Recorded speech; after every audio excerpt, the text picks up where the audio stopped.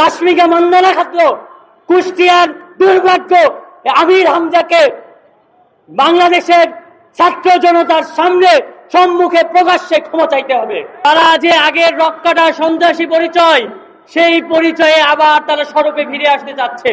মাথায় টুপি, আর এদের কাজ বটগিরি আর গুপ্তগিরি। তার অন্যতম পরিচয় জামাত শিবির।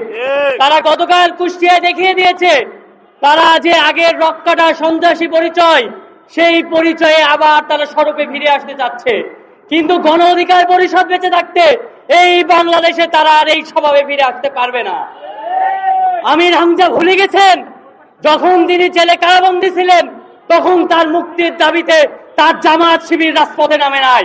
এই গণ অধিকারের নেতা কর্মীরাই তার পক্ষে কথা বলেছে, কিন্তু তিনি গণ অধিকার পরিষদের নেতা কর্মীদের উপর হাত তুলেছেন। রামদা চাপাতি হকিস্টিক দিয়ে মারা হয়েছে আমাদের নেতা কর্মীদের। আপনারা দেখেছেন একজনের নাকের হাড় ফেটে গেছে, আর একজনের পায়ের রক কেটে দিয়ে হয়েছে, আরেকজনের পা ভেঙে দিয়ে হয়েছে। কি নৃশংসভাবে তারা হামলা চালিয়েছে। প্রশাসন এবং আইন শৃঙ্খলা বাহিনীর কাছে আমরা আগামী 24 ঘন্টার মধ্যে এই হামলাকারীদের বিচার দাবি করছি। আগামী 24 ঘন্টার মধ্যে এই হামলাকারীদের বিচার নিশ্চিত করতে হবে, তাদেরকে গ্রেফতার করতে হবে। এবং কাশ্মীরকে মান্দানা খাদ্য, কুষ্টিয়ার দুর্ভাগ্য আমির হামজাকে বাংলাদেশের ছাত্র জনতার সামনে সম্মুখে প্রকাশ্যে ক্ষমা চাইতে হবে। 2014 নির্বাচনের পরে আপনারা কিন্তু কেউ মাঠে থাকতে পারেননি।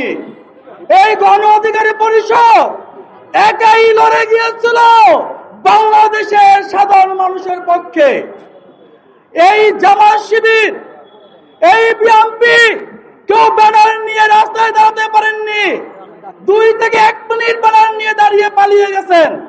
এই গণ অধিকার পরিষদ তাদের নেতা কর্মীদের নিয়ে 2024 সাল পর্যন্ত মাঠে ছিল। আমি আপনাদের আবার স্মরণ করে দিচ্ছি, আমির হামজা সাহেব, আপনি আমাদের দলের প্রধান বিপিনুর সাহেবকে নিয়ে একটি মন্তব্য করছেন।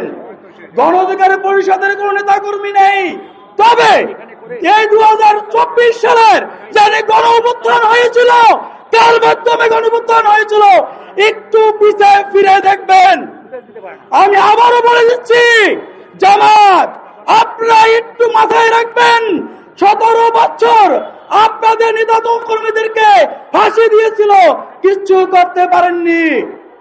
এই গণ অধিকার পরিষদ বাংলাদেশের মানুষকে প্রতিবাদ করতে শিখিয়েছে। তারই প্রতিক্রিয়ায় গণ অভ্যুত্থান করে বাংলাদেশ থেকে স্বৈরাচারী সরকারকে যেতে বাধ্য করেছে। আমরা শেষবারের মতো কথা বলে যাচ্ছি, আসুন সকলে একত্রিত হয়ে দেশটাকে গড়ি, সুন্দরভাবে দেশটা এগিয়ে নিই।